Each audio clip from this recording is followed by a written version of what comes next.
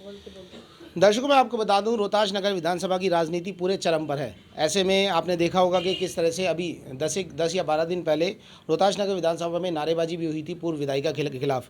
और वो नारेबाजी इसको लेकर हुई थी कि कई ऐसे कार्यकर्ता थे जिनको टिकट नहीं दिया गया, जो कि 8 या 10 साल से पार्टी की सेवा कर रहे थे और उनको टिकट नहीं मिला था। ऐसे ही कार्यकर्ता मेरे साथ मौजूद हैं रुपेशो जी, और जो बहुजन समाज पार्टी से इस वक्त प्रत्याशी हैं रोहतास नगर वार्ड से, और वो टिकट जो लेकर आई हैं, एक तरह से सम्मान के लिए अपने लेकर आई हैं। उन्हें समझ में आती है ये बात कि जहाँ सम्मान हो वहीं आदमी को रहना चाहिए। मैं इनसे आखिरकार ये कारण जानने आया हूँ कि क्या कारण था इनके जो है इनको टिकट ना मिलने का और ऐसे आदमी को टिकट देने का जो कि शायद पार्टी बना रहा हो, अगर कार्यकर्ताओं की बात करें तो। रुपेश जी, स्वागत है आपका। सबसे पहला सवाल मेरा वही है, क्या कारण रहा, आप इतने वर्षों से पार्टी की सेवा निस्वार्थ भावना से कर रही थी, क्या कारण रहा कि आपको टिकट नहीं मिली? नमस्कार भाई साहब, भारत न्यूज़ को मैं धन्यवाद देती हूँ कि आज मुझे बोलने का मौका दिया गया। मैं यही कहना चाहती हूँ कि मुझे टिकट क्यों नहीं दिया गया। मेरी क्या गलती थी कि मैंने 10 साल पार्टी में मेहनत की और दिन रात मेहनत करी है।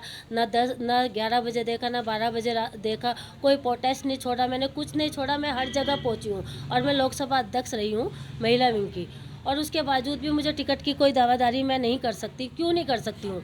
क्या मैं पढ़ी लिखी नहीं हूँ? क्या मैं अनपढ़ हूँ?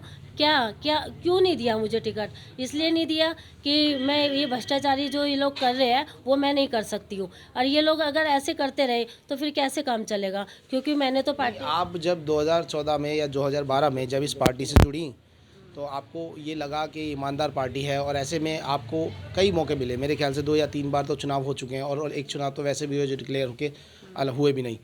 तो आपको क्या लगा कि आपको टिकट ना देने के रीज़न्स क्या रहे होंगे? मैं उनके रीज़न्स की बात कर रहा हूँ, उन्होंने क्यों नहीं आपको कंसिडर किया, ये मैं ये पूछना चाह रहा हूँ।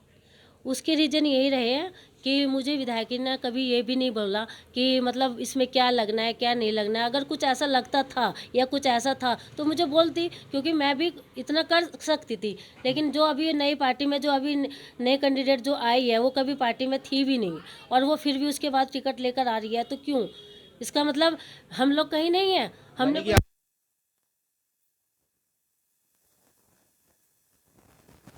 नहीं, हल्का मैं कैंडिडेट नहीं हूँ कि मैं कुछ नहीं कर सकती थी। मैं पार्टी में काम करती थी, मैं पार्टी में पैसा लगा सकती थी, मैं पार्टी को अच्छे से ला सकती थी, तो मैं क्यों नहीं दे सकती थी? मैं भी दे सकती थी। अगर मुझसे कहा जाता कि आपको ये देना है तो मैं दे देती, जो भी मुझसे मांगा जाता मैं देती पार्टी के लिए। पर मुझसे ऐसा कुछ नहीं कहा गया। क्यों नहीं कहा गया जी, तो ये कि स्पष्ट रीज़न नहीं समझ में आ रहा है। आप सीधी सी बात पर ये कहना है कि टिकट पैसों में बांटे गए हैं इसलिए आपको टिकट नहीं दिया गया। तो अगर 10 साल से मैं पार्टी में मेहनत कर रही हूँ और मैं उसकी हकदार थी और मुझे नहीं मिला, तो इसका मतलब तो यही है, ऐसा तो नहीं है कि ऐसा हुआ हो कि जैसे आप ऐसी ताल्लुकात करते हैं, अगर उन्होंने ऐसा कहा हो आपसे कि ये जनरल सीट है तो इस वजह से हमने एक जनरल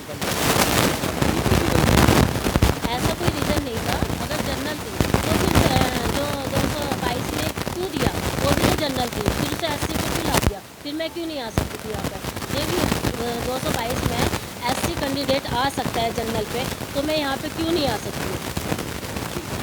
तो पूर्व विधायिका जो मैंने देखा कि 2017 में जब चुनाव हुए थे नगर निगम 17 में, तो उसमें चारों वार्डों को हार का सामना करना पड़ा था। तो ऐसे कैंडिडेटों को टिकट दिया गया था जो नए थे, फ्रेशर्स थे। उन्हें मेरे ख्याल से उस पोस्ट का अंदाज़ा नहीं था कि आखिरकार वो नगर निगम में अगर उसके ऊपर जाके बैठ जाएंगे अफसरों के, तो वो कैसे काम कराएंगे। अब एक नैरेटिव सेट किया जा रहा है, पढ़े अशिक्षित वर्सेस पढ़े लिखे शिक्षित वर्सेस अशिक्षित का एक नैरेटिव पूरी विधानसभा में सेट किया जा रहा है कि हमने ऐसे पार्षद उतारे हैं और ऐसे कैंडिडेट उतारे हैं जो शिक्षित हैं। तो आप कहीं समझ सकती हैं कि ये नैरेटिव ठीक है, और कहाँ तक शिक्षा का लेना देना है लीडरशिप से? मैं शिक्षित मैं पढ़ी लिखी हूँ, ऐसे तो नहीं हूँ कि मैंने कुछ किया नहीं। मैं 10वीं पास हूँ, तो मैं कर सकती हूँ। मैं क्या नहीं कर सकती? जब मैं वार्ड में जाके पोलिंग पर जाके हर चीज़ में संभाल सकती हूँ, तो मैं ये क्यों नहीं कर सकती हूँ कि अगर पढ़ा लिखा बंदा क्या बूथ पे जाता है? पढ़ा लिखा बंदा क्या वो काम करता है?